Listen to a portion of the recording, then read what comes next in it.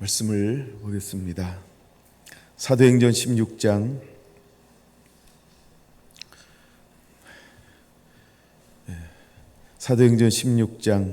1절에서 10절까지 먼저 보겠습니다. 교독할까요? 바울이 더베와 루스드라에서 이름에 거기 디모데라 하는 제자가 있으니 그 어머니는 믿는 유대 여자요 아버지는 헬라인이라.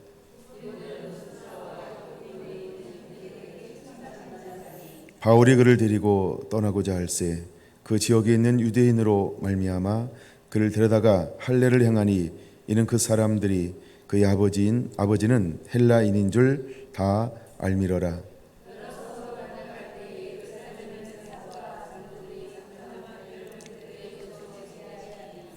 예, 여러 교회가 믿음이 더 굳건해지고 수가 날마다 늘어가니라.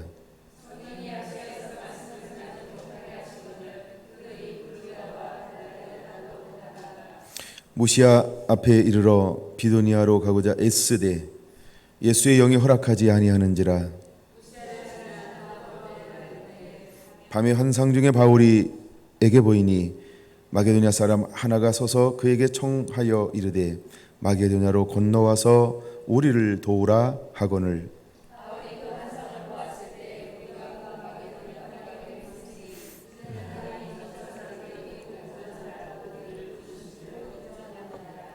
아멘. 하나님은 이방인에게 복음을 전하기 위해서 일찍이 여러 가지 계획을 가지고 계셨고 그것을 하나하나 진행하다가 때가 되면 그 모든 것들이 입체적으로 또 체계적으로 또 순서적으로 이렇게 맞아지면서 하나님이 일하는 것들을 사도행전을 통하여 볼 수 있습니다. 먼저 하나님은 1차 전도 여행을 위해서 이미 거의 20년 가까이 그 전에 다메섹이라고 하는 도상에서 한 사람을 불렀다라고 하는 것입니다. 그의 특징이 있는데 그는 열정이 있는 사람이었습니다. 두 번째 그의 특징은 교회를 핍박하고 박해하는 사람이었다라고 하는 것입니다. 근데 하나님은 그를 불렀습니다. 빛 가운데 그를 만나 주었을 때 그는 이렇게 묻습니다. 주여 누구시오니이까? 라고 할 때 제가 이걸 보면 볼수록 묵상하면 묵상할수록 참 멋있다 라고 하는 생각이 들었는데 나는 내가 핍박하는 예수야. 보통 그렇게 말하지 않는 것 같은데 이때 사울 청년에게 예수님은 이렇게 말한다는 것이죠. 나는 내가 핍박하는 예수야 라고 말입니다. 그러면 그렇게 소개할 정도라고 한다면 사울이 얼마나 많은 핍박을 했던 사람인지를 알 수 있다는 것입니다. 아니 얼마나 많이 핍박했으면 당신은 누구십니까? 라고 물었더니 야 나는 내가 핍박하는 예수야 라고 말씀하실까. 이게 상당히 사울이란 청년이 어떤 청년인지를 보여주고 있는 부분을 우리가 알 수 있습니다. 그리고 두 번째 그는 이렇게 묻는다는 것이죠. 주님 무엇을 할까요? 이거 두 번째 질문이었어요. 그랬더니 예수님이 그에게 이렇게 말하고 있습니다. 일어나 다메섹으로 들어가라. 내가 네게 해야 할 모든 것을 거기서 누가 너에게 일러줄 것이다 하면서 다메섹으로 돌아가라라고 말씀을 하고 있습니다.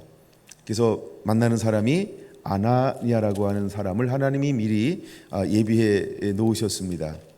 그래서 그를 통하여서 하나둘 이제 하나님의 그 은혜 가운데 변화되어지고 만남의 역사가 첫 번째로 일어나는 것들이 사울의 여정이었습니다.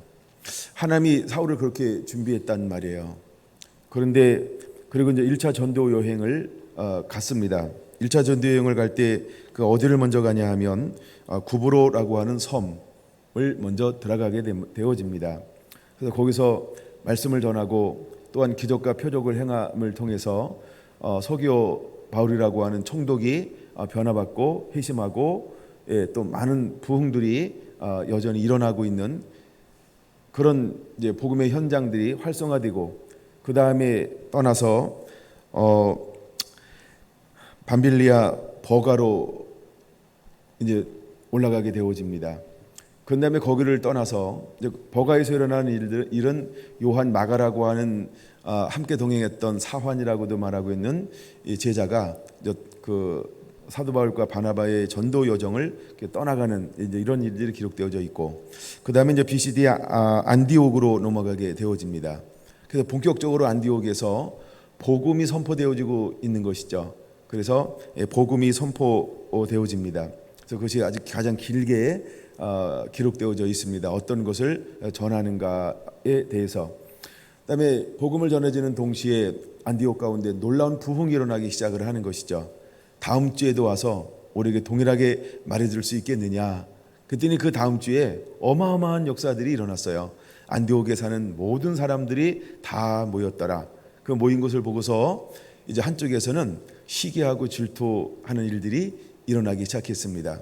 시기와 질투가 변하니까 박해가 되었고 그 박해 가운데 그들은 또다시 어디로 가냐 하면 이고니온이라고 하는 또 다른 도시로 떠나게 되어집니다. 이고니온 가운데서도 놀랍고 놀라운 부흥들이 일어나기 시작을 했습니다. 또 거기서도 유대인들이 박해하고 비방하기 시작을 했습니다. 그 다음에 그는 루스드라와 더베 지역으로 또 떠나기 시작을 합니다. 그 속에서 하나님께서 놀라운 역사를 통해서 가는 곳들마다 수많은 영혼들이 주께로 돌아오는 부흥의 역사를 경험하고 체험하고 그래서 하나님께 영광을 돌리는 놀라운 역사들이 기록되어져 있습니다. 더베를 기점으로 다시 뒤로 돌아서 온 도시를 다시 한번 이렇게 둘러보고서 오는 여정으로 이제 안디옥으로 예루살렘을 거쳐서 안디옥으로 이때는 예루살렘 안 가나요? 그래서 안디옥으로 돌아오는 여정을 잡습니다. 근데 이 여정이 보통 우리가 말할 때 약 2년 정도 걸린다라고 이렇게 이야기를 합니다. 자, 그럼 이제 복음이 전파되었습니다. 복음이 전파되고 사도 바울과 바나바가 떠났을 때 거기 남아서 일하시는 분은 누굴까요? 일하시는 분은 누굴까요? 누가 일하실까요? 누가 일하실까요? 그래서 우리가 이런 말씀이 있죠. 나는 심었고 아볼로는 물을 주었으되 오직 자라나게 하시는 이는 하나님이시니. 그럼 거기 복음이 선포된 곳에 남아서 일하시는 분은 누굴까요? 하나님이 일하시고 있다는 거예요. 하나님이 일하시고 있다는 거예요. 그래서 하나님이 일하고 있는 것들이 어디서 발견되어지냐 하면 이제 2차 전도 여행을 떠나는 것이 16장의 시작입니다. 이제 16장부터 18장까지는 약 3년에 걸쳐서 2차 사도 바울의 전도 여행을 기록하고 있습니다. 다시 이제 전도 여행을 떠나는데 어디를 떠나냐 하면 여러분들이 지난번에 보라고 하는 그 영상을 좀 지금도 머릿속에 기억하고 있는지 모르겠어요. 잊어버리면 다시 그걸 찾아서 보시기 바라고요. 안 보신 분은 저한테 달라고 그러면 다시 올려드리겠습니다. 아주 그 1차, 2차, 3차에 대한 전도 여행을 그 영상으로 이렇게 하면서 아주 짧고 일목요연하게 필요한 것만 딱 이렇게 한 26분짜리로 한 게 있더라고요.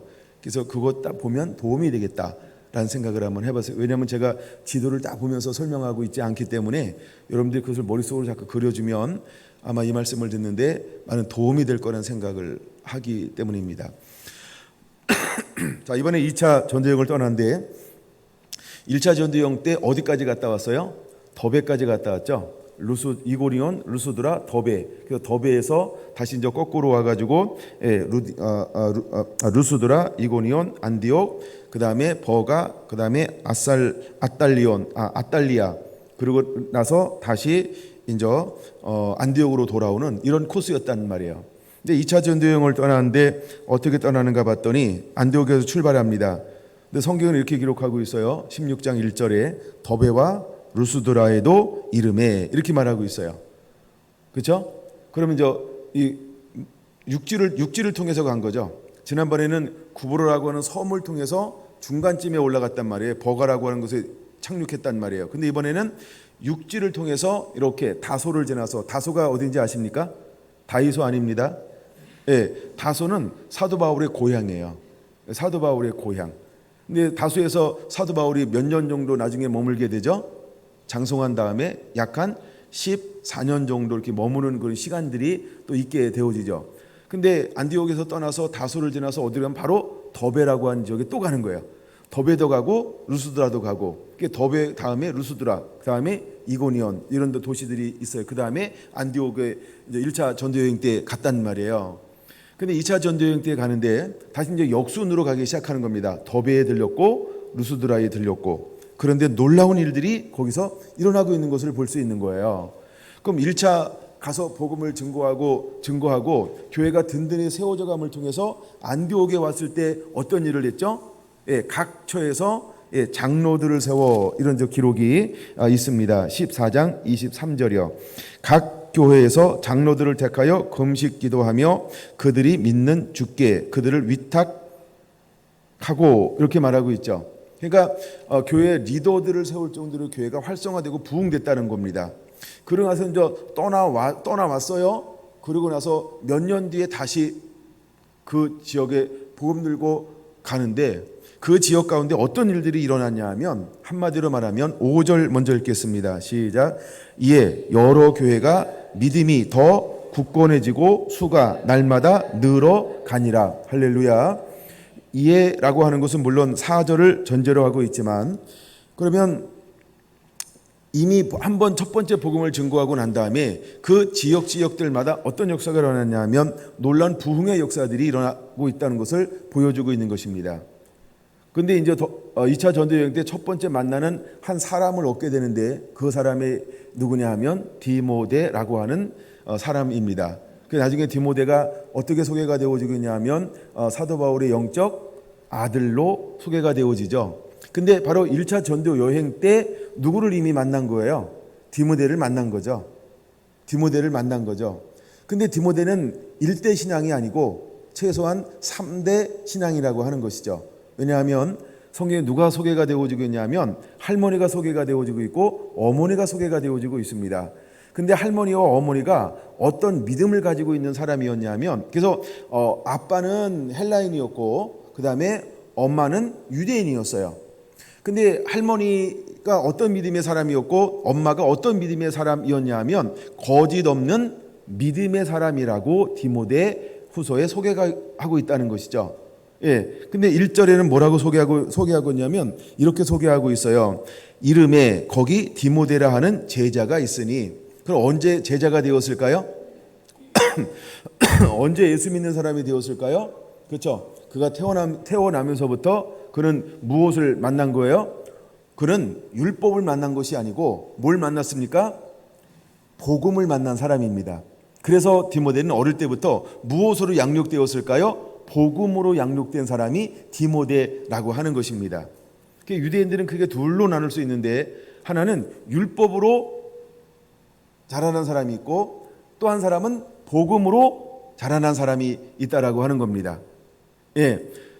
그래서 디모데라고 하는 사람은 할머니와 어머니가 이미 복음의 사람이 되었어요. 즉 예수님을 만나고 영접함으로 그 안에 뭐가 있어요? 생명이 있어요. 그 안에 빛이 있어요. 그 안에 예수 그리스도가 있어요. 그럼 아들에게 무엇을 가르쳤을까요? 율법만 가르치는 것이 아니고 바로 이 율법에서 말하는 분이 누구다? 예수 그리스도다 라고 하면서 생명 되신 예수 그리스도를 가르치기 시작을 했습니다. 그러고 났는데 어느 날 누가 왔다 갔어요? 하나님의 사람, 성령의 사람, 그 다음에 이 사람이 와서 복음을 전하는 거예요. 근데 복음이 얼마나 달콤하든지 자기만 변화된 것이 아니고 그 주변에 있는 수많은 사람들이 바나바와 사도 바울을 전해주는 그 복음의 말을 듣고 이 충격을 받고 도전을 받고 믿음이 더 성장하기 시작을 하는 것입니다. 그래서 매일매일 모여서 그들은 무엇을 했을까? 매일매일 모여서 말씀을 읽으면서 이게 예수님에 관한 얘기로구나. 이게 예수님 이야기로구나. 이게 오실 메시아, 그분이 예수 그리스도, 그분이 나의 전부이신 나의 생명이신 이분이구나. 그들은 매일매일 말씀을 읽으면서 무엇이 증진되었을까? 생명 되신 예수 그리스도. 할렐루야. 그들 마음에는요 점점 복음이 차오르기 시작한 거예요. 복음이 점점점 차오르기 시작을 했던 거예요. 근데 이 복음의 불길은 꺼지지 않았다라고 하는 것입니다. 이미 예루살렘 가운데 환난과 핍박이 왔어요. 그리고 그들이 여러 도시로 흩어졌습니다. 근데 11장에서 보는 것처럼 흩어졌는데 그 흩어진 곳에서 복음을 증거할 때 누가 함께 한다라고 말씀하고 있나요? 11장 보겠습니다. 11장에 보면 이런 기록이 있어요. 21절이요. 몇 절이요? 네, 11장 21절 한번 크게 같이 한번 읽어볼까요? 시작. 주의 손이 그들과 함께 하심에 수많은 사람들이 믿고 주께로 돌아오더라. 할렐루야. 여러분 잘 보세요. 거기에 주의 손이 함께 할 수 있는 방법이 있다는 거예요. 주의 손이 일하게 할 수 있는 방법이 있다는 거예요. 그럼 주의 손이 어떤 환경이 딱 됐을 때 일하기 시작했을까요? 20절 마지막 부분에 보면 이렇게 말하죠. 헬라인에게도 말하여 주 예수를 전파하니. 할렐루야. 여기서 이제 우리가 유대인과 헬라인을 구분합니다. 헬라인은 이방인을 말하는 것인데 드디어 누가 헬라인에게 무엇을 증거하기 시작했어요? 주 예수를 전파하기 시작했어요. 놀라운 것입니다. 이거 꼭 기억하고 넘어가야 돼요. 지난번에 안 다뤘기 때문에. 그럼 하나님의 손이 역사하는데 언제 역사하기 시작합니까? 그쵸? 복음을 증거하기 시작할 때. 아멘. 복음을 증거하기 시작할 때 주님이 역사하기 시작하는 거예요. 그러니까 복음을 증거하기 시작할 때 주님이 역사하기 시작하니까 그 도시에 사는 사람들 가운데 어떤 역사가 일어나기 시작하냐 하면 수많은 사람들이 예수 그리스도를 믿더라. 할렐루야. 여러분 우리가 사역하는 현장 가운데 주의 손이 함께하게 되기를 축원합니다.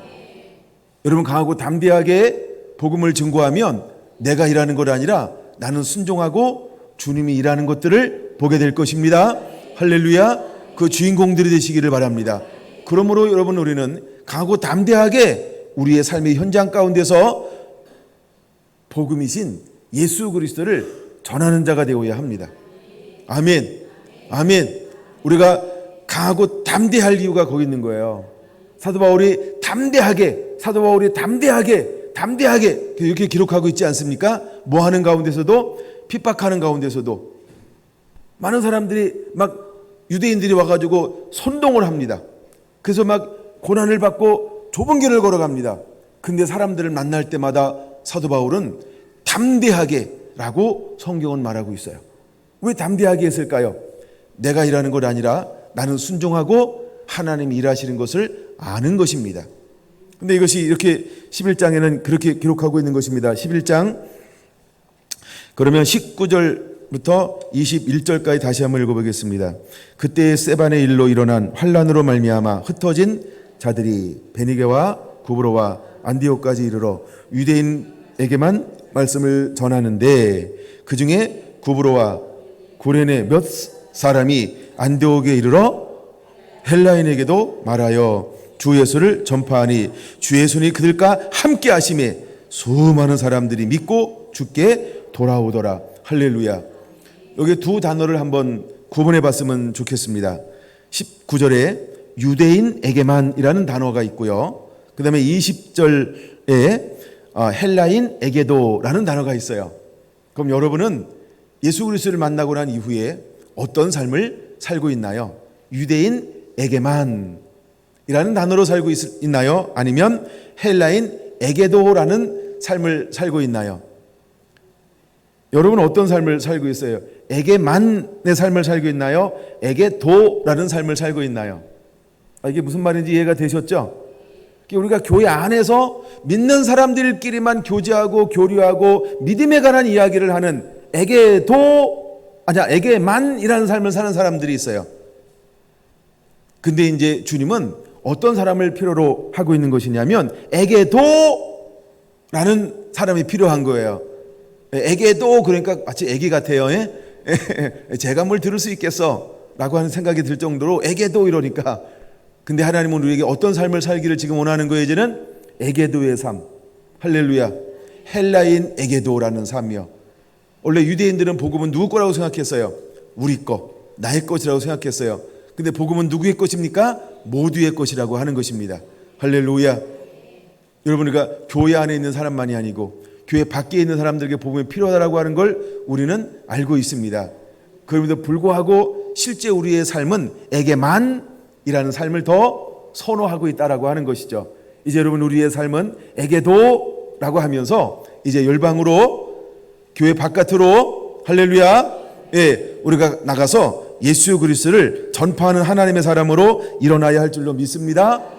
근데 여러분 보세요.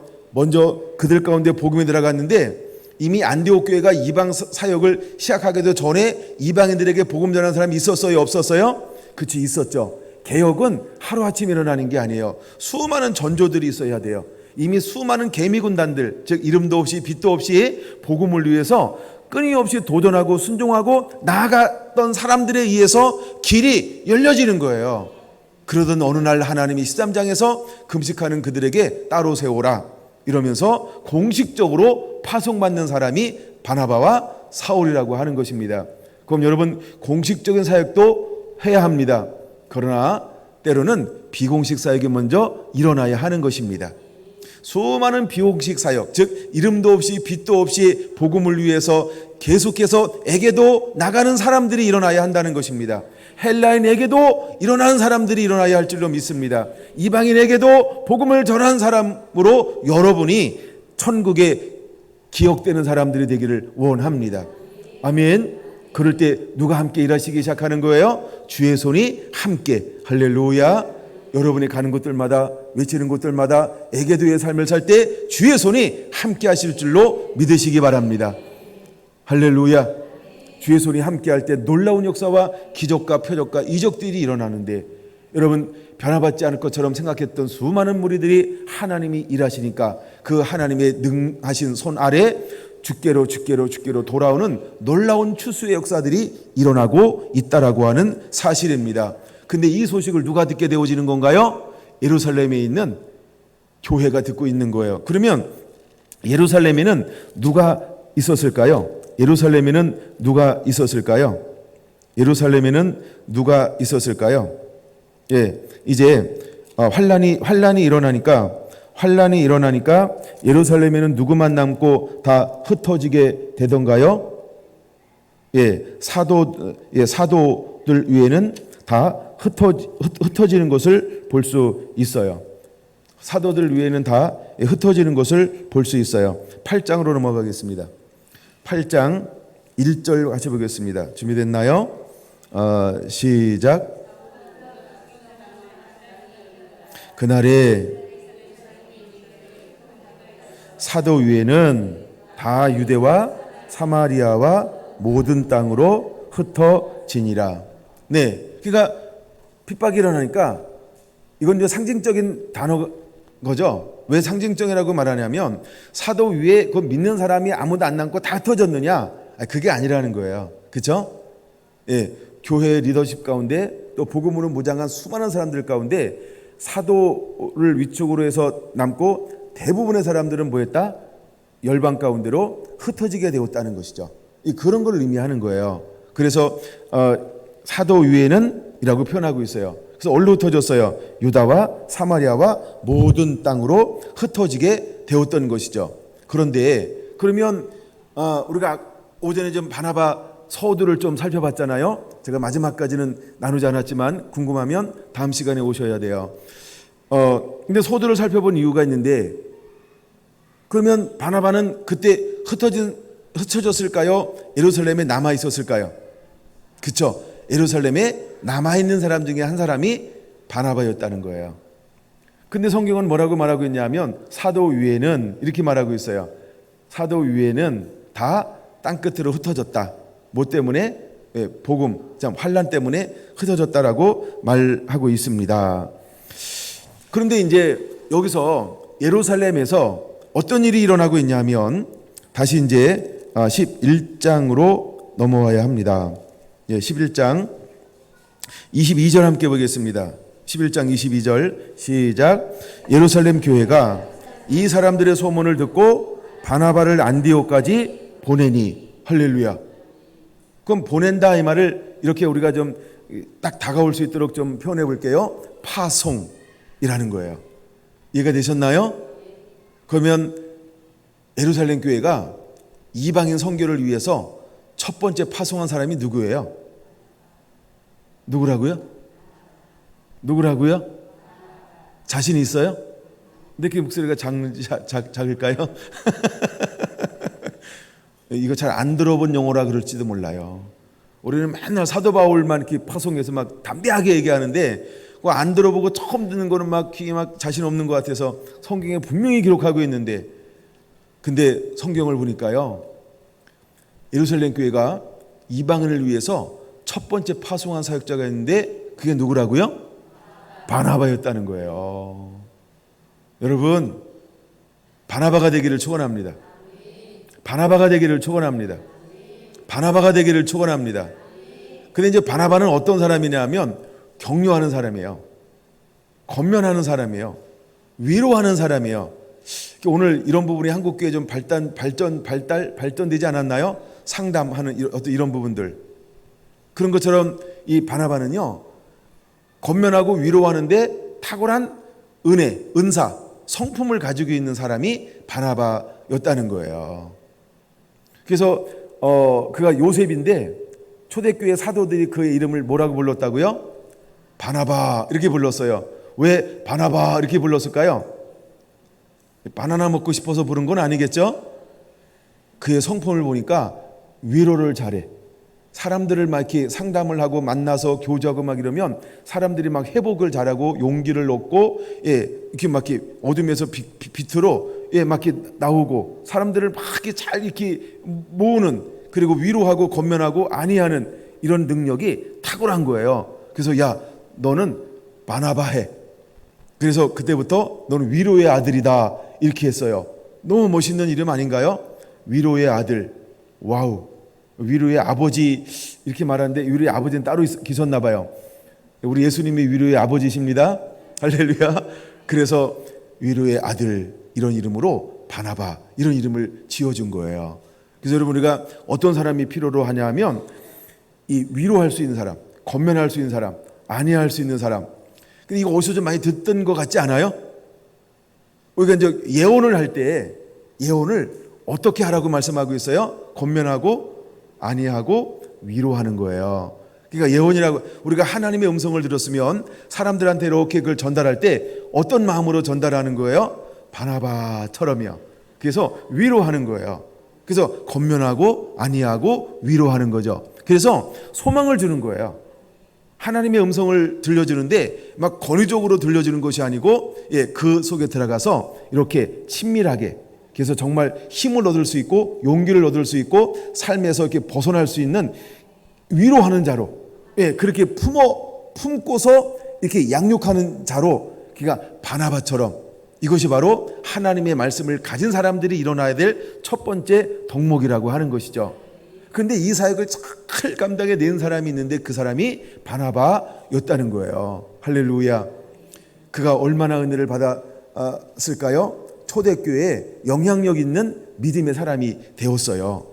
근데 이제 이 복음이 환란이 와서 복음이 이방인 가운데 흩어져서 전달되어지면서 막 이렇게 부흥이 일어난다라고 하는 소식을 들었어요.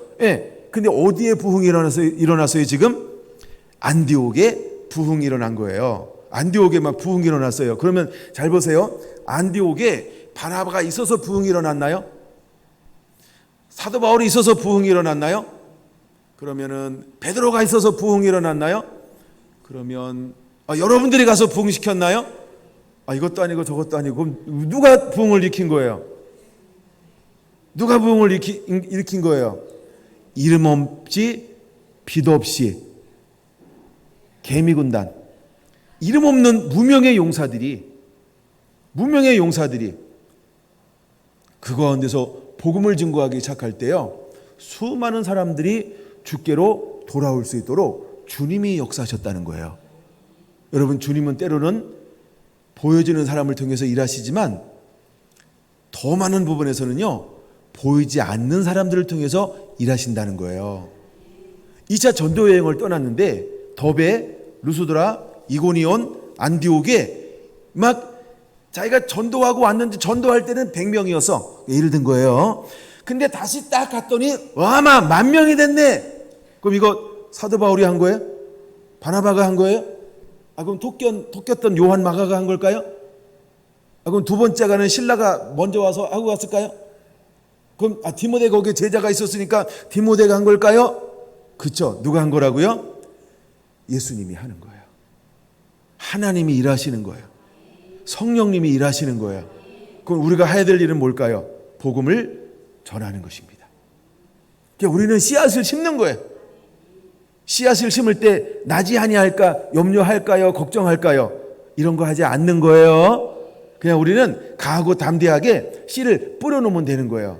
그러면 누가 와서 이걸 이렇게 물 줄까요? 예, 아볼로가 와서 물을 주는 거예요. 여기 아볼로도 많은 것 같아요. 가서 권면하고 안위하고 막 위로하고 괜찮아 이러면서 막 서로 막 껴안고 서로 도와주는 이런 그러는 가운데 누가 일하기 시작할까요? 그렇죠. 하나님이 일하시는 거예요. 예수님이 일하시는 거예요. 성령님이 일하시는 거예요. 할렐루야. 그래가지고 몇 년이 지났을까? 다시 이제 하나님의 감동을 받고 그들에게 복음을 또 증거하기 위해서 두 번째 전도 여행을 떠났어요. 그래서 더베에 들렸어요. 루스드라에 들렸어요. 근데 거기에 어떤 역사가 있냐 하면 제자의 수가 증가가 된 거예요. 내가 처음에 갔을 때 몇 명 있었다고요? 예를 들어서 100명. 근데 두 번째 오니까 몇 명이 됐어요? 10,000명. 기가 막힌 역사가 일어나고 있는 거예요. 그러면 사도 바울이 한 거라고 사도 바울이 이야기할 수 있을까요? 아닌 거죠. 그래서 우리가 모든 초점이나 영광은 오직 예수님께 올리는 거예요. 할렐루야. 그래서 사도 바울의 영광을 취할 수가 없는 거예요. 왜냐하면 일하는 걸 보니까 자기는 그냥 강하고 담대하게 외쳤을 뿐인데 누가 일하셨어요? 주의 손이 함께 하심을 통해서 수많은 사람들이 주께로 돌아오는 거예요. 할렐루야. 그러므로 내가 하지 않아도 되니까 이제는 강하고 담대하게 여러분 일어나셔서 이렇게 한번 여행 좀 다녀오셨으면 좋겠어요. 이번 주에는 꼭 교회 바깥으로 나가서 아니면 만나는 사람들에게 내가 만난 예수님을 전하는 그 담대함과 용기로 한번 외쳐보시기를 바랍니다. 할렐루야. 여러분 지난 영상 다 보셨나요? 시드니 조지아가의 그 한 사람이 젊은 날에 예수님을 만났어요. 그리고 그는 결단했어요. 내가 매일매일 10명에게 이 복음을 증거하리라. 그리고 40년 동안 쉬지 않고 매일매일 10명에게 복음을 증거했어요. 근데 그가 살아생전 그 병상에 눕기까지 한 번도 자기를 통하여 뭘 한 사람을 못 들었어요? 난 당신 때문에 예수님을 만나게 되었습니다. 너무 감사해요. 밥 한 끼 사드릴게요. 이런 대접을 한 번도 받지 못했다는 거예요.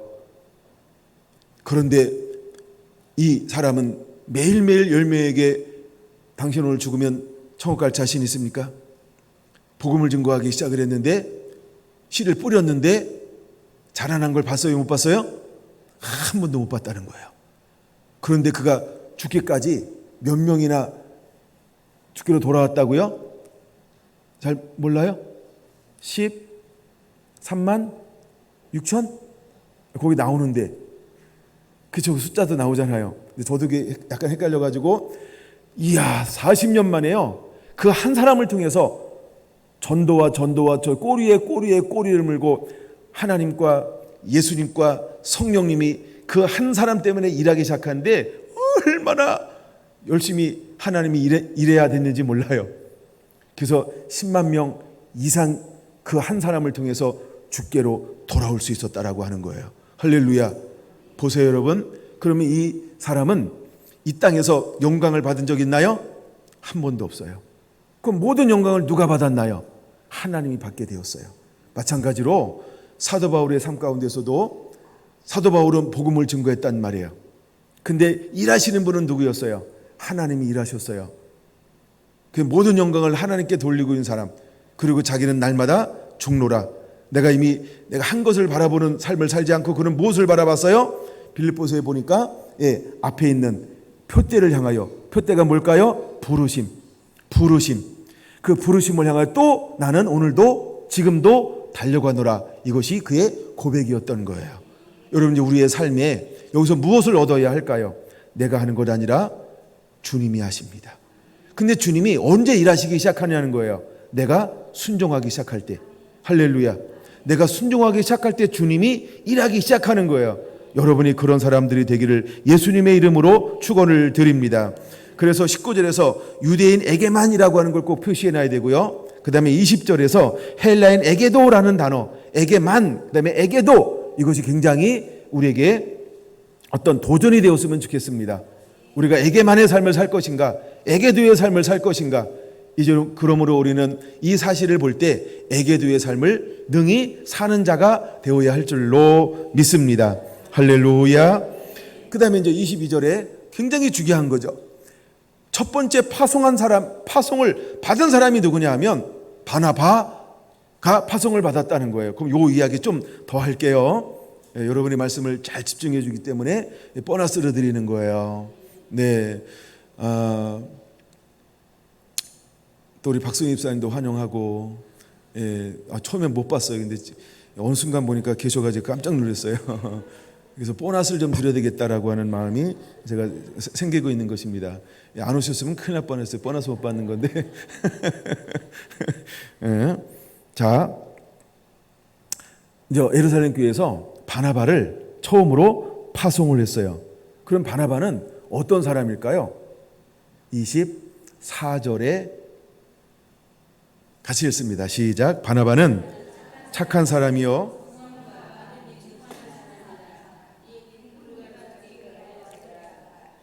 할렐루야. 네, 바나바는요 착한 사람이래요. 여러분 옆에 있는 앉아보니 착한가 안 착한가 한번 이렇게 확인 좀 해주세요. 장로님이 웃으셨어요. 권사님 보시고. 내가 일렀어요. 여기서 말하는 착함의 수준이 뭘까요? 여기서 말하는 착함의 수준이 뭘까요? 착하다라고 하는 것은 뭐냐 하면 일단은 말씀을 가지고 실천하는 사람이에요. 착하다라고 함의 기준 두 번째는요, 이제 고아나 개, 가부, 어렵고 힘든 이런 사람들을 돌보는 사람들이에요. 세 번째, 돌보는데 무엇 가지고 돌봐요? 내 소유물을 가지고 그들에게 나누어 주는 삶을 살고 있는 사람.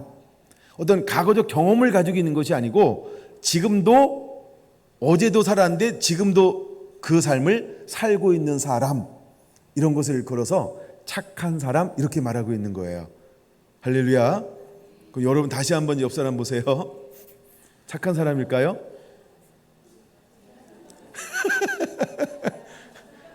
그러고 보니까 좀 생각을 해봐야 되겠죠. 여러분 착한 사람 되시길 바랍니다. 저희 교회는 워낙 여러분들이 성경헌금도 계속해서 하고 또 씨앗도 심고 구제도 열심히 하고, 오늘도 보니까 막 봉투가 익히 올라왔잖아요. 두 줄로 올라온 거 아시죠? 그런 것처럼 여러분들이 하여간 많이 하잖아요. 그것 보면 제가 볼 때 여러분들은요 다 착해.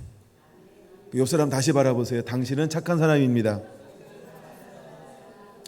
당신은 착한 사람입니다.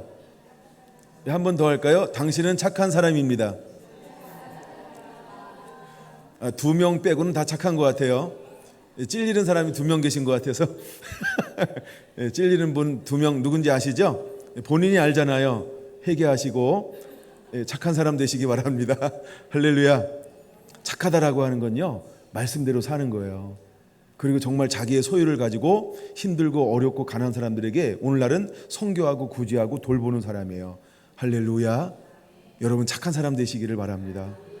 제가 어저께도 서울에서 셀 모임 하면서 착한 행동하고 왔잖아요. 그랬더니 그 아들이 저한테 감사하다고 표현했어요.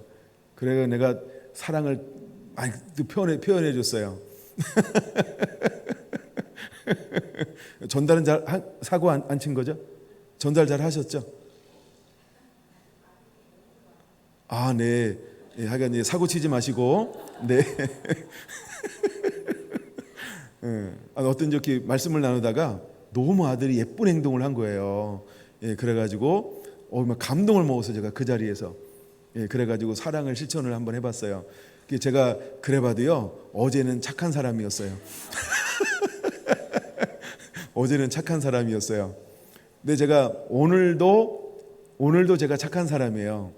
왜 착한 사람이냐면, 이거 듣고 있을지도 모르겠는데 우리 그 배영삼 집사님 병원에 입원하고 있는데 벌써 한 4개월 정도 이렇게 지나가는데, 그 간호하는 그 옆에 계신 분 있잖아요. 쉬질 못한 거예요.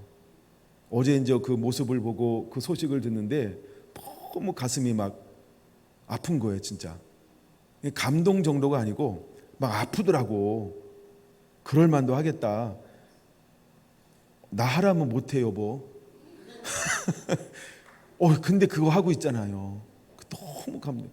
근데 그가 그 첫날 어떤 얘기를 했냐면, 하루만 좀 그냥 잠을 퍽 자봤으면 좋겠다는 거예요. 그 얘기를 듣는데 너무 감동이 되는 거예요. 너무 소박한 소원인데 나는 그거를 막 할 수 있잖아요. 근데 그에게는 그게 너무 먼 얘기야. 그럼 잠을 잘 수 있는 방법이 뭘까 생각을 했어요. 사람을 한 명 쓰는 건데, 근데 그 쓰는 게 보통 쉽지가 않아요. 예, 이제 그 아이도 막 여러 가지는 막 그 돌봐야 될 상태이기 때문에, 그래도 하여간 하라고 해서 내가 그 소원을 들어주기로 생각을 했어요. 그래서 아까 제가 이제 점심 먹고 나서 통화를 했어요. 방법을 어떻게 해서 전달해 줄 수 있냐, 이런 거. 그래서 제가 오늘도 어떤 사람이라고요? 네, 착한 사람. 마침 제가 착한 사람 행동할 때 이 얘기하는 거예요, 지금. 그래서 하여간 그렇게 해서 하여간 이틀을 좀 쉬라고, 하여간 뭐 내가 이틀 쉬라고 얘기하지만 쉬는 건 본인이 하는 거예요. 근데 그걸 쉬게 하고 싶은 환경을 만들어주고 싶더라고요. 할렐루야. 예, 근데 또 어떤 분도 감동받아서 오늘도 착한 일을 하시더라고요. 하여간 어쨌든 감사합니다. 혹시 여러분들도 감동이 오면 그분이 좀 쉬는데 일조할 수 있도록, 소고기 한번 먹으면 얼마나 좋겠어요, 그렇죠? 예, 또 먹으라고 또 이렇게 한번 너무 지쳐 있더라고 보니까. 근데 놀라운 건요, 하나님이 은혜 주셔서 매일매일 임재 가운데 있어요. 저랑 전화 통화하고 막 이러고, 제가 뭐 올라오면 중보기도 하고 막 이러면 그는 현장에서 계속 임재를 느끼는 거예요. 그래서 임재 가운데 느껴지는 임재예요. 실제 막 물이 성령의 이 기름 부음이 막 물로 불로 막 흘러요. 그래서 하나님이 계속해서 힘을 주고 있지만, 그래도 육체는 육체거든요. 그래도 마음은 마음이거든요. 여러분 좀 그를 만날 때 바나바 좀 해주세요. 때론 그를 만날 때 좀 이렇게 좀 돕는 그런 은혜가 있었으면 좋겠어요. 우리가 지난번에 한번 감동되는 대로 헌금도 했지만, 혹시 여러분들이 감동 오는 분들이 있으면 제가 그대로 다 전달해 주니까, 어쨌든 한번 이렇게 감동 오는 분들은 거기다 쓰시면 돼요. 예, 그래서 이렇게 이름을 쓰시면 그대로 다 전달해서 어쨌든 하여간 이렇게 좀 위로도 받고 좀 힘도 얻고 그렇게 할 수 있고, 여러분은 무슨 사람? 예, 착한 사람으로 등재될 수 있도록 한번 착한 일을 해봤으면 좋겠어요. 근데 제가 이번 주 너무 또 하나 감사한 일이 있었는데, 우리 대구 세일 가운데서 일어나고 있는 일들이에요. 매일 모여서 중보기도 하면서 막 하나님 앞에 집중하고 얼굴을 구하고 막 이 치밀한 가운데 나가는데, 놀라운 은혜와 역사들이 막 그 안에서 일어나고 있거든요. 근데 우리 명석 언니 예. 이번에도 가셔가지고 막 예배하고, 저 우리 봉희 언니 같이 가서 가서 막 이렇게 사진 찍어서 올리는데 너무 감동이 되더라고요.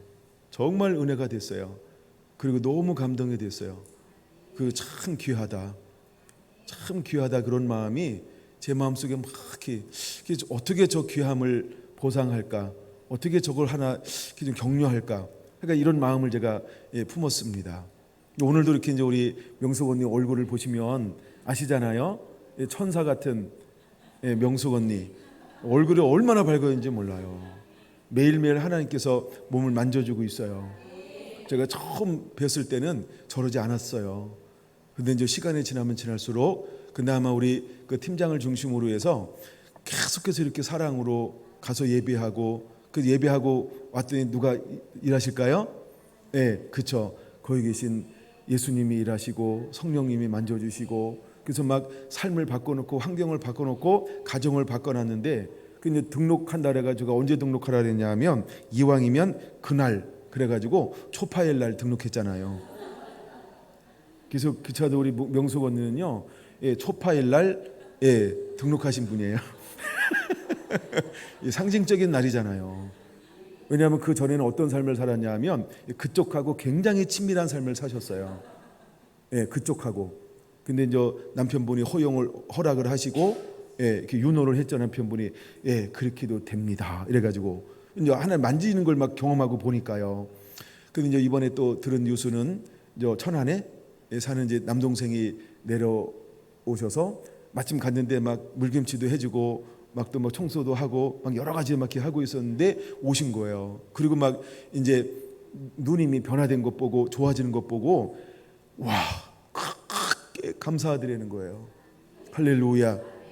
그 제가 줬던 감동 중에 하나가 있었는데 그게 뭐냐면 우리 명숙 언니를 통해서 하나님이 영광을 받으실 것이다. 근데 지금 계속해서 이것이 진행형인 거예요. 그래서 저분을 아시는 분은 이미 20년 동안 병에 붙들려 있었잖아요. 근데 이제 하나님을 만나는 동시에 이게 회복되기 시작하는데 굉장히 하니까 급속도로 막 이렇게 회복하고 있는 거예요. 그러면서 주변에 있는 사람들이 모습 보면 다 깜짝 놀라는 거예요. 그 다음엔 놀라지 말고 오직 예수, 하나님께 영광 이래야 돼요. 그런데 이제 어제 남동생이 오셨다가 하나님께 영광 이러고 이제 가신 거예요. 할렐루야. 정말 우리 한 분을 통해서 우리 섬기는 천사들을 통해서 대구에 갑자기 천사 됐어요 다. 그래서 천사들을 통해서 그런 놀라운 변화들이 더 일어나게 될 것입니다. 여러분들을 축복합니다. 그래서 여러분들은 어떤 사람이라고요? 착한 사람이요. 이럴 때 웃어야 되는데 여러분들은 다 천사입니다. 그래서 가만히 보니까 경주도 그렇고 대구도 그렇고 서울도 그렇고 다 착한 사람들만 모인 것 같아요. 그럼 성결한 교회는 누가 모인 거예요? 착한 사람이요. 난리 났네 이제.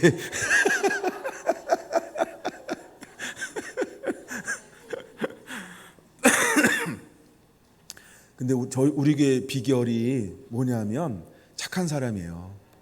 정말 나누어주고 흘려보내고 그렇게 하는 것들을 아낌없이 계산하지 아니하고 막 흘려보내잖아요.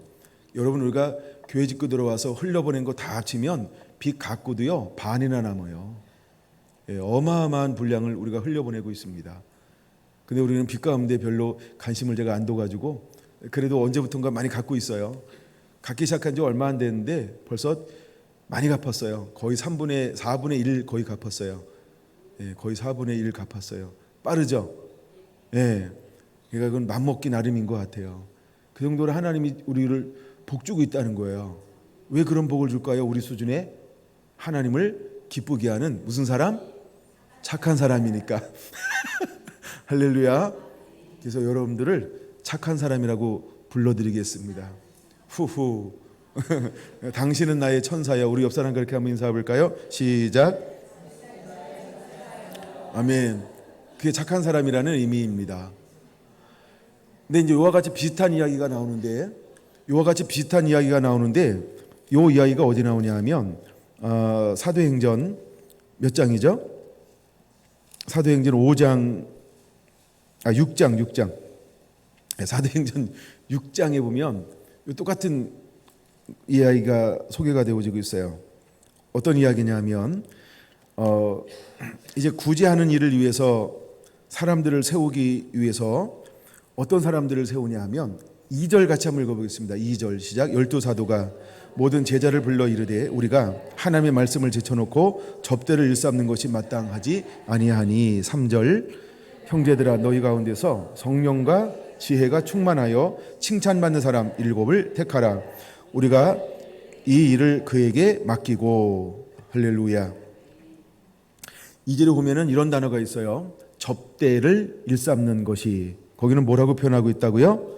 접대라고 하는 것은 뭐냐 하면 재정의 출납을 감당하는 사람, 이렇게 이제 표현하고 있어요. 재정 출납을 감당하는 사람이 이제 접대를 일삼는 것이, 이렇게 말하고 있어요. 그러니까 그들이 은혜를 받으니까 재산을 팔아서 누구 발 앞에 갖다 놨어요? 누구 발 앞에? 그러니까 사도들이 모두 갑자기 만들기 시작했어요. 재정장부. 그래서 출납을 감당했단 말이에요. 근데 이것을 일삼는 것이 뭐하니? 마땅치 아니하니. 즉 이것을 할 사람들을 세우자. 근데 그 할 사람이 조건이 있다는 거예요. 조건이 어떤 조건이냐 하면 3가지 조건이요. 첫째, 어떤 조건이요? 성령이 충만해야 돼요. 두 번째요, 지혜가 충만해야 돼요. 세 번째는요, 네, 칭찬받는 사람이요. 칭찬받다, 이 말이 11장에 나오는 착한 사람하고 같은 거예요. 칭찬받는다 이 말이 뭐냐 하면, 첫째, 재정에 대해서 괜찮은 사람이에요. 나눠줄 줄 알고, 구제할 줄 알고, 흘려보낼 줄 아는 사람. 이 사람이 착한 사람이라고 하는 거예요. 그러면서 두 번째 조건이 뭐라고요? 아까 첫 번째라고 얘기했어요. 조건이 뭐라고요? 하나님의 말씀을 그대로 살아가면서 예수님을 닮아서 사람들에게 덕이 되고 본이 되는 이 사람들을 말하는 거예요. 근데 그 사람들 중에 7명을 세우는데, 이미 바나바는 첫 번째 변화받은 사람인데도 불구하고 여기에는 속하지 않았어요.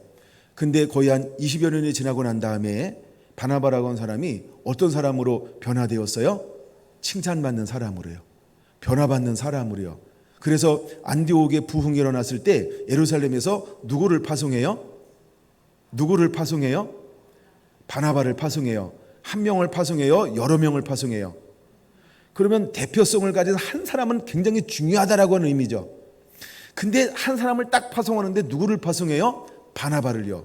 그러면 바나바 혼자 안디옥에 가서 이 사명을 감당할 수 있는 사람이라는 거예요? 혼자 하면 안 되는 사람이라는 거예요? 그렇죠. 능히 혼자도 이방인 가운데 가서 이 복음을 효과적으로 전달하면서 나누면서 교회를 튼튼하게 세울 수 있는 역량을 겸비한 사람이 바나바라고 하는 거예요. 그걸 누가 인정했어요? 예루살렘 지도자들이, 예루살렘 교회가. 할렐루야. 바나바야. 이게 바나바라는 거예요. 그래서 바나바는요, 착한 사람이라는 거예요. 칭찬받는 사람이라는 거예요. 그 다음에 이제 두 번째 기준이 뭘까요? 다시 이제 11장 4절로 돌아오면 성령이 충만한 사람이라는 거예요. 할렐루야. 바나바가 성령을 언제 받았어요? 오순절 날. 그렇죠? 그 이후에 베드로가 복음을 전할 때 그 복음을 듣고 변화된 사람이 누구라고요? 그 중에 한 사람이 3,000명 중에 한 사람이 바나바였다는 거예요. 근데 지금도 20여 년이 지났는데도 불구하고 뭐가 계속해서 현재 진영형이에요? 성령의 임재 가운데 있어요. 성령이 그 안에 운행하고 있어요. 실제 하나님의 임재 가운데, 그냥 우리가 나 옛날 받았어 그게 아니고요, 지금도 성령의 은사가, 능력의 기름 부음이 나타나고 있는 사람. 할렐루야. 할렐루야. 이것을 여기서 말하는 성령의 충만함, 이렇게 이 표현인 것입니다.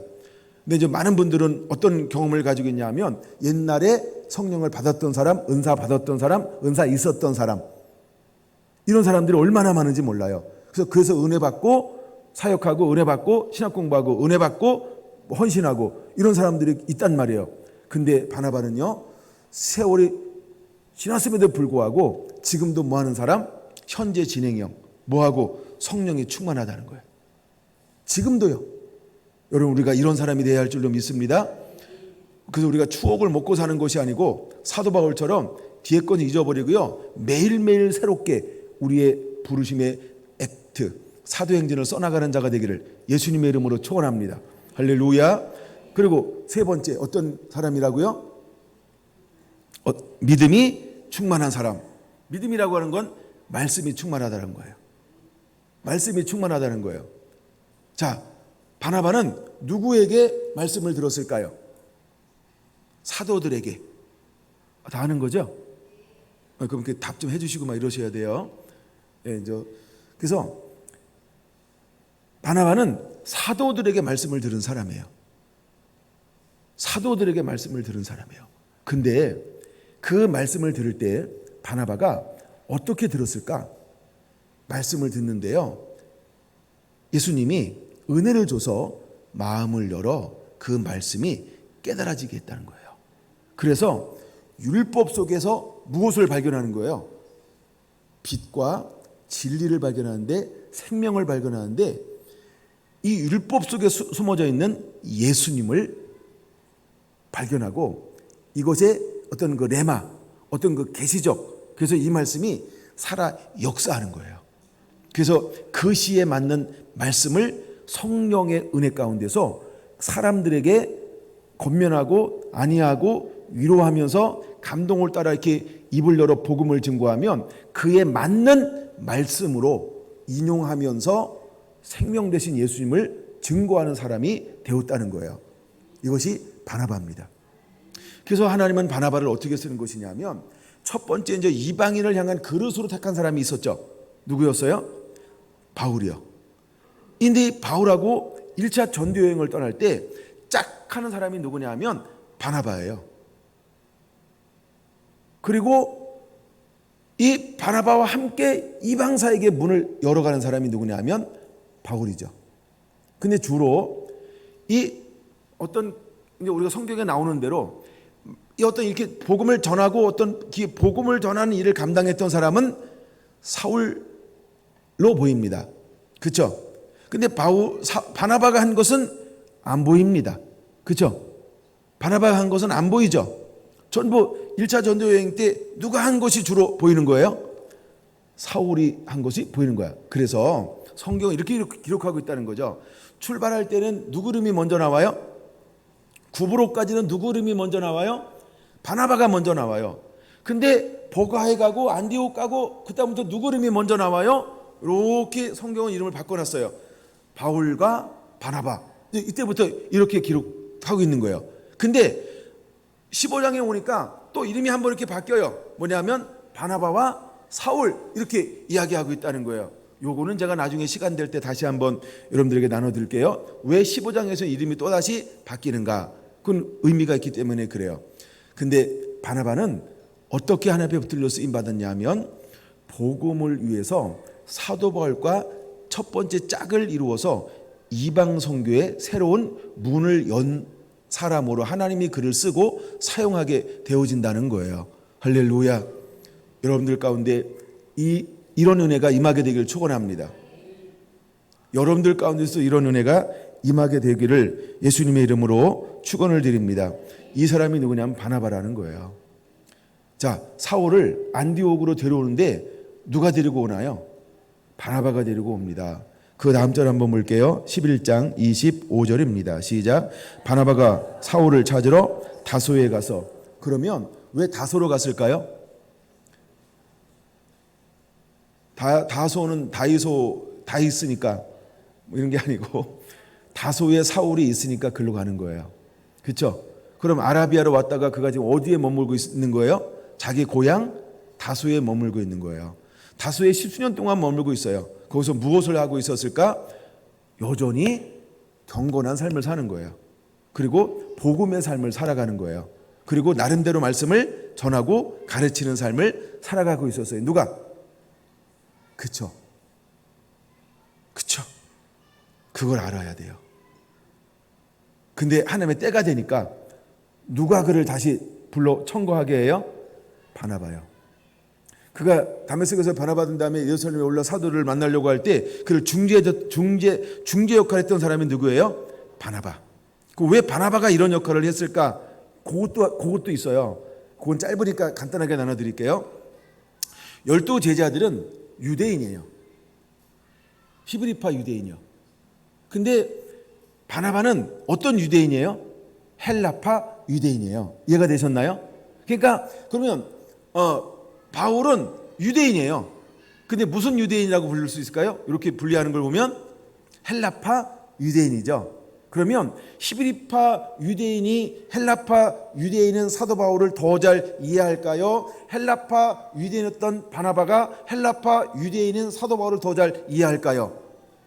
그렇죠? 그래서 이심전심이라고 같은 걸 잘 이해할 수 있는 거예요. 그래서 그 바나바가 이미 초대교회에서 영향력을 가지고 있었기 때문에 이들을 중지하는 역할을 바나바가 하는 거예요. 할렐루야. 이게 바나바라고 하는 거예요. 근데 바나바는 기질이 어떤 기질을 가지고 있어요? 우리가 이제 아나니아도 그냥 넘어갔지만, 아나니아는 아시나요? 예, 아나니아에게 넘어갔지만, 내가 바나바는 이런 격려하고 위로하는 이런 성품을 가졌다는 거예요. 그래서 사람들을 잘 케어합니다. 그리고 잘 품어냅니다. 근데 그 기질이 딱 맞아 떨어진 거죠. 그래서 이제 이방인에 대해서 정결하지 않은 거에 대해서, 그 다음에 헬라파 유대인에 대해서 이렇게 곱지 않은 생각을 가지고 있는 이 초기 사도들은 그를 쉽게 품을 수가 없었어요. 왜? 그들도 뭘 가지고 있었어요? 어떤 의미에서는 고정관념이요. 하여간 뭔가 이렇게 자기를 이렇게 보호하기 위해서, 하여간 돌다리를 두드리는 어떤 이런 걸 가지고 있었단 말이에요. 근데 그때 하나님이 쓰시는 사람이 바나바였다는 것이죠. 근데도 할 수가 없으니까 하나님이 사울을 어디로 보내는 거예요? 다소로 가. 그래서 다소에서 머물고 있었던 거죠. 그래서 길리기아 그 지역에 이제 머물면서 십수년을 보냈다라고 갈라디아서 1장에 말하고 있는 것입니다. 그래서 이제 그가 어디로 데리러 가냐면 다소로 사울을 찾으러 갔다는 거예요. 사울을 만났을까요? 안 만났을까요? 만나게 되는 거죠. 26절 보겠습니다. 시작. 만남에 안디옥에 데리고 와서 둘이 교회에 1년간 모여 있어 큰 무리를 가르쳤고, 제자들이 안디옥에서 비로소, 와우, 놀라운 일이 벌어졌어요.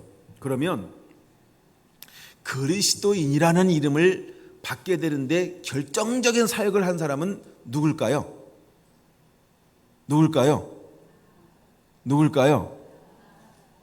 두 사람이 같이 나오게 되는데 모든 분이 다 한 사람만 이야기하시네요.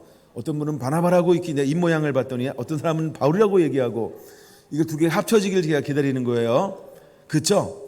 그리스도인이라는 이름을 듣기까지 누가 사역했을까요? 바나바와 사울이요. 그래서 중요한 거예요. 그 두 분의 사역을 통해서 드디어 안디옥 교회에서 그리스도인이라고 하는 이름을 얻게 된 거예요. 여러분, 그리스도인이라는 이름을 어떻게 바라보느냐에 따라서 여러 가지 의미가 있다고 그랬어요. 그럼 우리가 바라보는 입장에서 한번 얘기를 하겠습니다. 예수 그리스도를 닮은 사람, 이게 그리스도인이 된 거예요. 그럼 여러분 보세요. 제가 목양을 하는데 여러분들이 예수님을 닮게 만들기까지는 쉬울까요? 좀 어려울까요? 쉽다는 분도 있고 침묵하는 분도 있고 어렵다는 분도 있네요. 세 종류를 제가 한눈에 봤어요. 근데 어렵다고 보는 이유는 회개하시면 되겠습니다. 침묵하시는 분들도 회개하시면 되겠습니다. 여러분 모두가 그리스도인이어야 할 줄로 믿습니다. 절 좀 도와주세요. 여러분은 전부 그리스도인이어야 합니다. 예수님을 닮은 사람. 할렐루야. 예수님을 닮은 사람이었으면 좋겠어요. 예수님을 닮은 사람. 제가 이 말씀을 볼 때마다 기억나는 것은 고린도 하나 보고 넘어올까요? 고린도 후서 2장을 한번 보고 넘어올게요. 고린도 후서 2장을 보고 넘어올게요.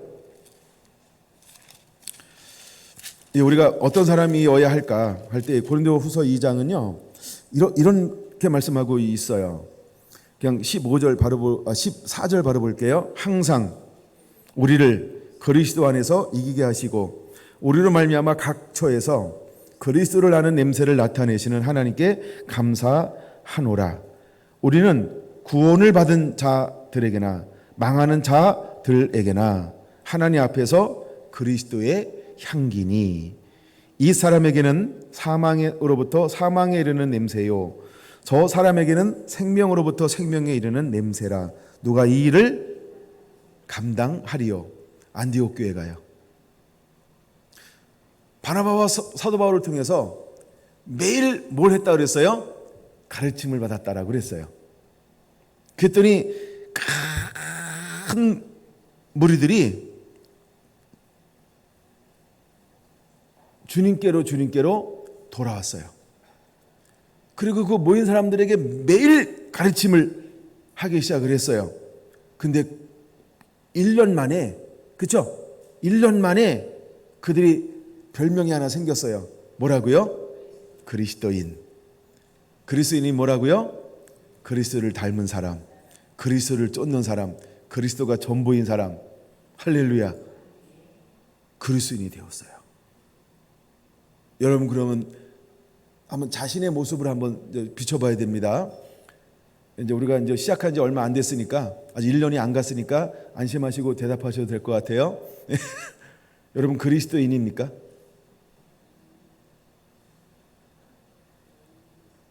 네, 제가 사도행전 나눈 지 얼마 안 됐기 때문에 괜찮아요. 이제 1년이 지나고 난 다음에는 여러분들이 이렇게 그리스도인입니까? 라고 물으면 큰 소리로 대답해야 돼요. 뭐라고요? 네. 아니면 아멘 이렇게. 그러니까 바나바와 사울이 말씀을 가르쳤을 때 거기에 모였던 사람들이 얼마나 목마름과 열정과 갈망으로 말씀을 사모하며 들었는지를 가늠해 봐야 되는 거예요. 할렐루야. 여러분 지금도 이렇게 목마른 사람이 있을까요? 목마른 데가 있을까요? 그러므로 여러분 우리가 이 땅에서 안 되면 목마른 땅으로 가야 돼. 아멘. 그러면요 정말 말씀을 듣기 위해서 얼마나 목마른 심령들이 있는지 몰라요. 정말로 목말라는 심령들이 있는 거예요. 그렇게 힘들고 어렵고 핍박하고 막 이런 가운데서도요 막 말씀을 나누잖아요. 통역을 한데도 불구하고 눈이 막 해요. 제가 한 번은 가가지고 쉬지 않고 막 계속해서 했잖아요. 통역보다 말을 더 빨리 해가지고 나중에 통역에 막 목사님 이러고 있더라고. 난 날 쳐다보고 있는 것도 몰랐어요.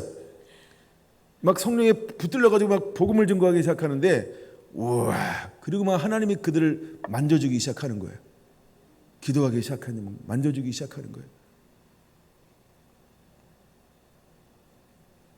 여러분 지금도 목마른 수많은 심령들이 있습니다. 그러므로 때로 여러분과 기회가 있으면 적금 깨고 뭐 땅 팔라고요? 아니, 적금부터 깨요. 그 다음에 뭐가 있는지 모르니까 해가지고 그냥 복음 증거하러 가세요. 할렐루야. 한 분만 아멘하고 다 눈 크게 뜨고 쳐다보고 무섭게 하지 마시고요. 우리가 복음을 위해서 함께 기회가 되면 정말 내 안에 그런 뜨거움과 열정이 있다고 한다면 여러분 다녀오세요. 또 알아요? 바나바처럼 파송할지 아니면 파송 받을지. 예루살렘 교회가 거기 부흥이 일어난다 그러니까 영적 지도자로 그를 파송하잖아요. 그래서 예루살렘에서 이미 인정받고 있는 사람이 딱 오니까 뭐가 돼요? 한 번의 지도자가 되잖아요. 그래서 13장 1절에 보니까 누가 제일 먼저 기록되어져 있어요? 바나바와 이렇게 말하잖아요. 바나바와. 그렇죠? 여러분들 안에 그런 복음에 대한 열정들이 다시 일어나게 되기를 원합니다. 아멘. 그리고 우리한테 어떤 그런 기회가 주어지고 또 온다라고 한다면 이제 우리 안에 있는 예수 그리스도, 이걸 이제 고린도후서 2장은 세 가지로 표현하고 있잖아요. 냄새, 향기, 할렐루야. 그다음에 내 안에 있는 이 생명 되신 예수 그리스도를 우리가 증거하는 자가 되어야 할 줄로 믿습니다. 내가 정말 예수님을 품은 자가 되어야 할 줄로 믿습니다. 해나 달 이런 것만 품지 말고 예수님도 품어야 합니다. 아멘.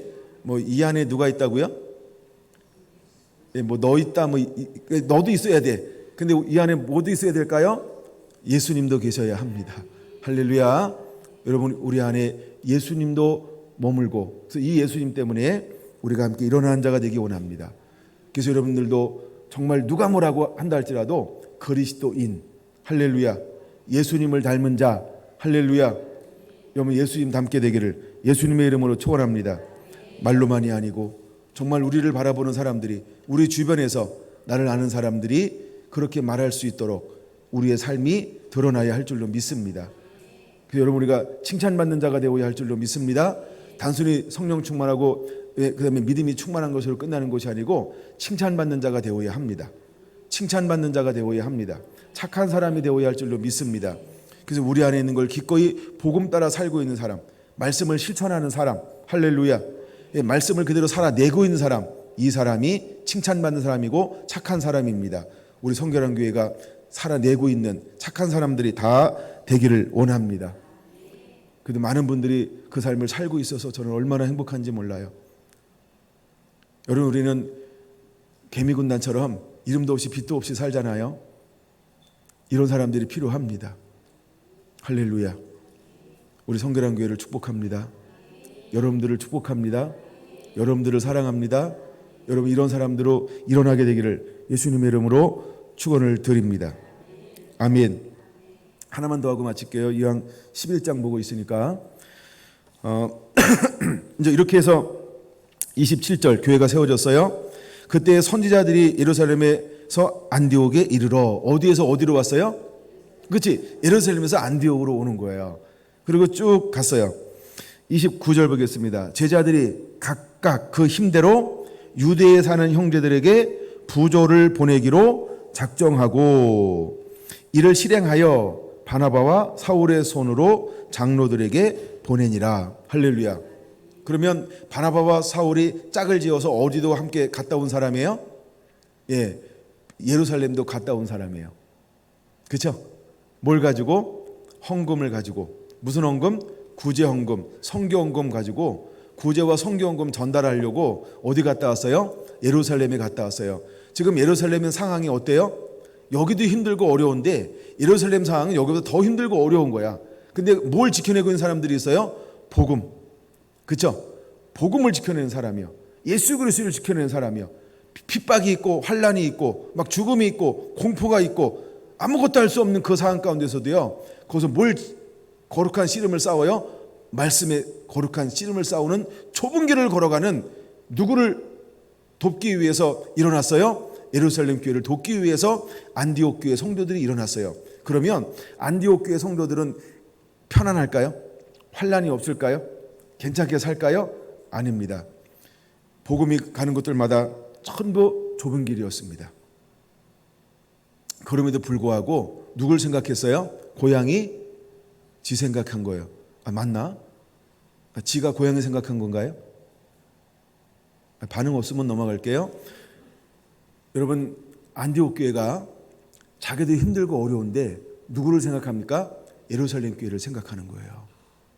정말 우리 교회가 너무 힘들고 어려운데도 불구하고 하나님이 심어라 이래가지고요 그거를 실천을 해냈었어요. 그랬더니 하나님이 그거 실천할 때 그때부터 하나님께서 우리들을 채워주기 시작을 했어요. 그때부터 하나님께서 우리를 막 채워주기 시작을 했어요. 여러분과 힘이 있어서 하는 것도 아니고 넉넉해서 하는 것도 아니고 할 수 있어서 하는 것도 아닙니다. 사랑은요 내 걸 나누는 거예요. 내 걸 잘라서라도 나누는 거예요. 할렐루야. 지금 우리 선조들은 이렇게 따르잖아요. 콩이 있는데 콩알 만하다고 그러잖아요. 제일 작은 거를. 그렇죠? 예, 아니 지방울인가요? 콩알 만한 게 있는데 그 작은 걸요 반을 나눴대요. 그러면 그 콩알 만한 걸 반 나눴다고 한다면 콩 반쪽이잖아요. 이제 알도 안 되고 반쪽인데 이거 먹으면 기별이 와요? 이거 먹으면 기별이 와요? 근데 우리 선조들은 어떻게 했다고요? 이걸 나눠서 줬다는 거예요. 안디옥 교회가 어떤 교회냐면 사랑을 실천하는 교회예요. 그러면 잘 보세요. 안디옥 교회를 처음에 영적 지도자가 누구였어요? 착한 사람. 그들이 착한 사람의 DNA가 어디까지 흘렀어요? 성도들한테 흘렀어요. 그러면 안디옥 교회 성도들은 전부 어떤 성도가 되었을까요? 시작. 할렐루야. 착한 성도가 되었어요. 여러분이 성결한 교회 성도들이, 제가 오늘도 간증했잖아요. 어제도 착하고 오늘도 착하고 이랬다고. 그럼 우리 교회 뭐가 흐르는 거예요? 착함의 DNA. 그럼 여러분들은 뭘 가져가야 될까요? 착한 DNA를 가지고 착한 삶을 사는 자가 되길 축원합니다. 그랬던 교회가 안디옥 교회였다는 거예요. 부조를 모아서 힘껏 보내는 교회가 안디옥 교회였다는 것이죠. 근데 이 원리를 누가 배우냐면요, 바나바가 가는 곳에 교회가 그 원리를 배워요. 그 다음에 사도 바울이 가는 교회가 이 원리를 배워요. 요거는 이제 제가 다음 타임 정도에 꼭 나누게 될 것인데, 하여간 이 원리가 사도 바울이 세우는 교회들마다 이 원리가 흘러요. 아니요, 예루살렘 교회가 실제로는 이 원리가 흐르는 교회였죠. 맞습니까? 아니, 은혜 받으니까 어떻게 했다고? 자기 소유를, 자기 것을 자기 것 여기지 않고 자기 것을 팔아서 사도들 발 앞에 갖다 두었더라. 이게 무슨 원리예요? 착한 원리요. 이해가 되셨습니까? 이 원리를 가진 누가? 바나바가 예루살렘 교회에서 어디로 갔어요? 안디옥으로 파송했어요.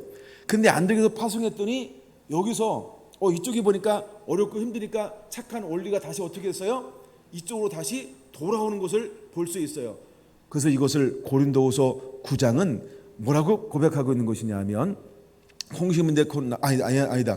예, 아니다. 뭐죠? 예, 적게 심은 자는 적게 거두고 많이 심은 자는 많이 거둔다 하는 말이로다. 이 원리가 그대로 흐르고 있는 걸 볼 수 있어요. 할렐루야. 난 여러분 모두가 복음을 가지고 나가는 자가 되기 원합니다. 사랑을 가지고 나가는 자가 되기 원합니다. 그래서 바나바처럼 일어나게 되기를 축원합니다. 할렐루야. 여러분 영적 바나바가 되시기를 축원합니다. 영적 바나바가 되기를 축원합니다. 많은 사람들을 위로하고 많은 사람들을 건면하며 많은 사람들에게 용기와 힘을 이렇게 복돋아 줄 수 있는, 아니 복돋아 주는 그런 한 분 한 분들 되기를 예수님의 이름으로 축원합니다.